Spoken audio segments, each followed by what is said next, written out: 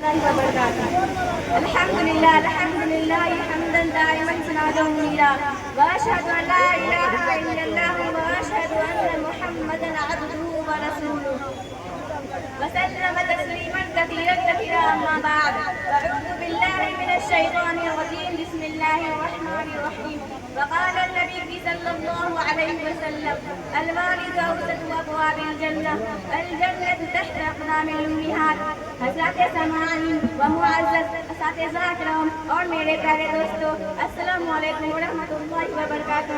حضرات، آج میرا موضوع ذکر ہے والدین کی عظمت اور برکت۔ وہ محروم تھے تعلیم سے مگر مجھ کو پڑھایا، وہ محروم تھے تعلیم سے مگر مجھ کو پڑھایا، پسینہ حد سے بھی بڑھ کر میری خاطر بہایا۔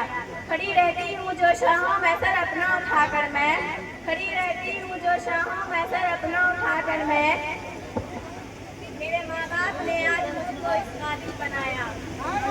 حضرات، والدین اللہ تعالیٰ کی ایک عجیب و غریب نعمت ہے جو اپنی اولاد کی خاطر ساری خوشیوں کو قربان کر دیتی ہے، اپنی اولاد کی خوشی کی خاطر ساری خوشیوں کو قربان کر دیتی ہے۔ وہ والدین ہی ہے جو اپنے بچوں کو تکلیف میں ساتھ دیتے ہیں۔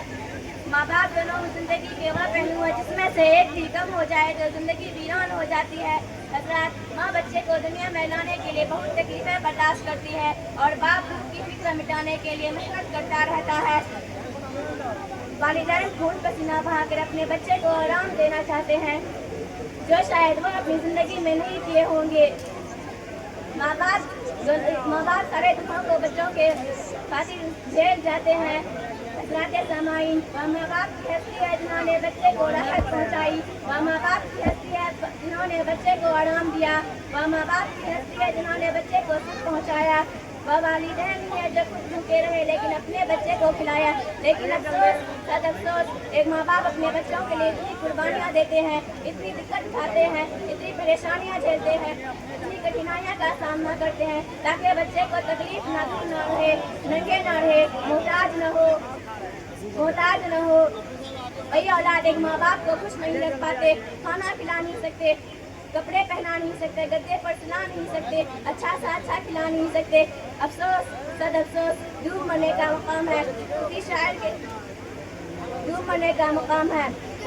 میری زندگی ایک بند کتاب ہے جسے آج تک کسی نے کھولا نہیں، میری زندگی ایک بند کتاب ہے جسے آج تک کسی نے کھولا نہیں، جو کھولا تو پڑھا نہیں اور جو پڑھا تو وہ سمجھا نہیں، جو کھولا تو پڑھا نہیں اور جو پڑھا تو وہ سمجھا نہیں، اور جو سمجھا تو وہ مجھے ملا نہیں۔ حضرات، دنیا کے اندر اگر ماں باپ خوش تو اللہ بھی خوش، اگر ماں باپ خوش تو اللہ کے نبی بھی خوش، ماں باپ خوش تو آپ بھی خوش، ماں باپ خوش تو سارا سنسار خوش۔ اللہ کے نبی فرماتے ہیں، اگر تم اپنے ماں باپ کو محبت بھری ایک نگاہ سے دیکھتے ہو تو ایک مقبول حج کا ثواب ملتا ہے، محبت بھری ایک نگاہ سے دیکھتے ہو تو اللہ تعالیٰ خوش ہوتا ہے، محبت بھری ایک نظر ڈالتے ہو تو میں خوش ہوتا ہوں، محبت بھری ایک نظر ڈالتے ہو تو ماں باپ کا دل پہاڑ سا ہوتا ہے۔ تم ایک بار دیکھتے ہو، وہ تم کو بار بار نہیں بلکہ ہزار بار محبت کی نگاہ سے تمہاری دیدار کرتے ہیں۔ بڑا ہی خوش نصیب ہے وہ شخص جس نے پایا ماں باپ کا سایہ، بڑا ہی خوش نصیب ہے وہ شخص جس نے پایا ماں باپ کا سایہ، برتاؤ کیا حسن و سلوک کا اور جنت میں گھر بنایا۔ حضرات، اگر جنت کے طلبگار ہے تو صرف اور صرف ماں کو ہی نہیں بلکہ ماں کے ساتھ ساتھ باپ کو بھی راضی کرنا ہوگا۔ صرف اور صرف ماں کو ملا لینے سے کام بننے والا نہیں، کیونکہ اگر ماں کے قدموں کے نیچے جنت ہے تو باپ جنت کے دروازوں میں بیچ کا دروازہ ہے، اسی لیے دونوں کو خوش کرنا فرض اور لازم ہے۔